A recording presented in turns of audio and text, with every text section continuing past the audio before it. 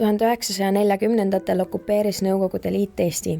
Seetõttu pidi kool minema üle nõukogulikule koolikorraldusele. Loodi pioneeri- ja komsomoliorganisatsioonid. 1940. aasta juunis okupeeris Nõukogude Liit Eesti.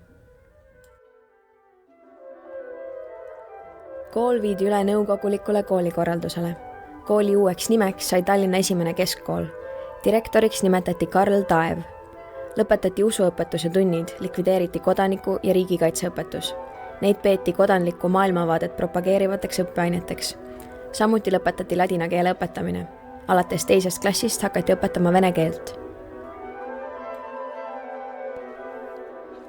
Kooli tuli tööle inglise keele õpetaja Marcella Morin, kes pühendas koolile 30 aastat oma elust ning kujunes legendaarseks pedagoogiks. Ta oli karm, kuid väga armastatud ning austatud. Tema tunnid olid väga hoogsad ning koerustükkideks ei jäänud õpilastel aega.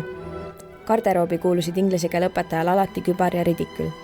Marcella Morin oli alati palutud erinevate lendude kokkutulekutele ning ta side vilistlastega jätkus surmani.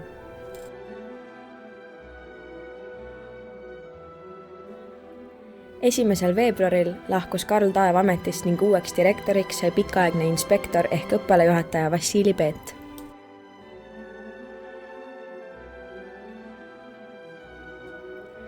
– 1941. aasta suvel jõudis Saksa armee Eestisse ning algas Saksa okupatsioon.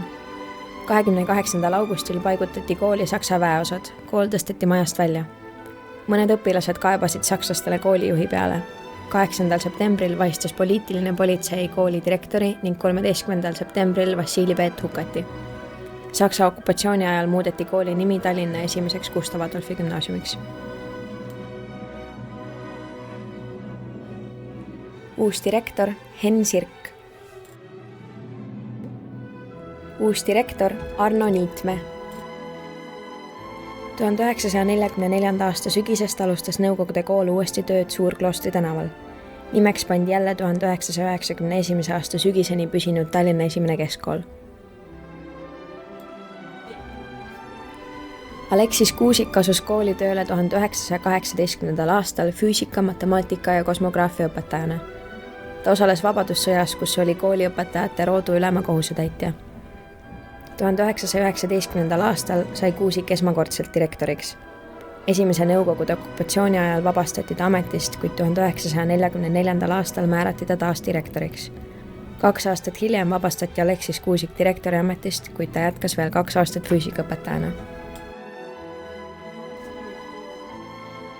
Õppeaastal 1944-45 alustas koolis tööd pioneeriorganisatsioon. Aulast kõrvaldati Vabadussõjas langenud õppursõdurite marmortahvel. Tänapäevasest erines vana tahvel sellega, et seal olid lisaks langenud õpilaste nimedele ka pildid. Uus direktor August Eduard Tiisler. Uus direktor Rudolf Meriloo. 1950. aastatel toimusid koolikorralduses suuremad muudatused ning alguse sai tänini kestev traditsioon.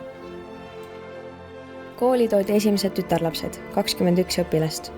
Poisid pidasid selle puhul ka sümboolse poistekooli matuse.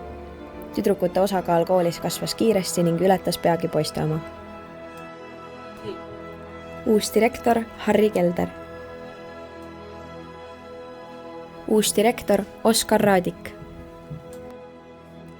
1957. aastal said alguse kohtumised võrk- ja korvpallis vilistlaste ja õpilaste vahel.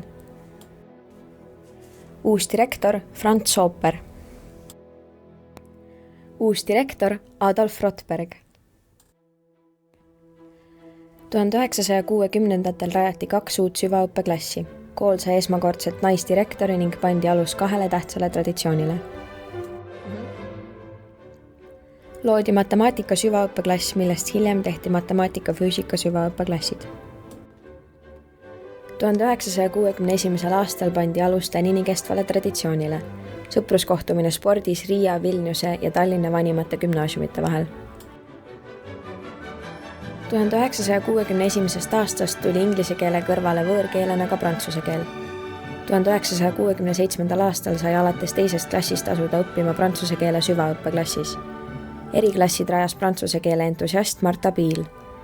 Esimene prantsuse keele eriklass lõpetas kooli 1978. aastal. 1962. aastal toimus direktorite vahetus. Tööle asus Helmi Vikholm, kellest sai kooli esimene naisdirektor.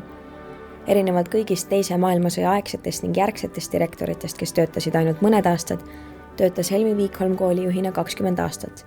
Ta oli olemuselt taktitundeline, õiglane ja järjekindel, mis aitas tal kollektiivi kiiresti sulanduda. Just Vikholm muutis Riia Vilnius Tallinn traditsiooni püsivaks ning tema hakkas hiljem tegema ettevalmistusi kooli 350. juubeliks. 1966. aastal kirjutas abiturient Maire Saar koolilaulu. 1966. aastal pandi alus ka regulaarsele traditsioonile lõpuaktuse päeva keskööl issanda muutmise kiriku tornikellade löömisele. 1970. toimus võimlahoones remont ja moodustati spordiklass. 1960. ja 70. tehti haridussüsteemis palju muudatusi. 70. esimesel poolel sai teoks üleminek üldisele keskharidusele. Toimus põhjalik remont kooli võimlahoones. 1977. aastal moodustati spordiklass. Eriklassidel nagu ka spordiklassil oli rohkem tunde nädalas. Esimene spordiklass lõpetas 8. klassi aastal 1981. 80. toimus koolis remont ning kool sai uue direktori. Kooli 350. aastapäeva ettevalmistamise käigus toimus koolihoone põhjalik remont.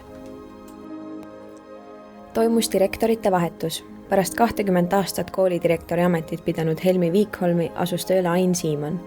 Uus direktor lisas Riia Vilnius Tallinn spordivõistlusele ka reaalainete olümpiaadi. Traditsiooniks sai õpilaste ja õpetajate vaheline võrkpallivõistlus. Võeti kasutusele võlvidega keldriruum klassiväliseks tegevuseks ja huviringide läbiviimiseks. Tänapäeval kasutatakse seda ruumi garderoobina. Kool sai tagasi Suurkloostri 10-12 hoone, kus 1. septembril 1988 avati algklasside maja ning mis on alates 2017. aasta 1. septembrist tuntud kui keeltemaja. 20. augustil 1991. aastal Eesti taasiseseisvus. 6. novembril 1991. aastal sai gümnaasium tagasi Gustav Adolfi nime.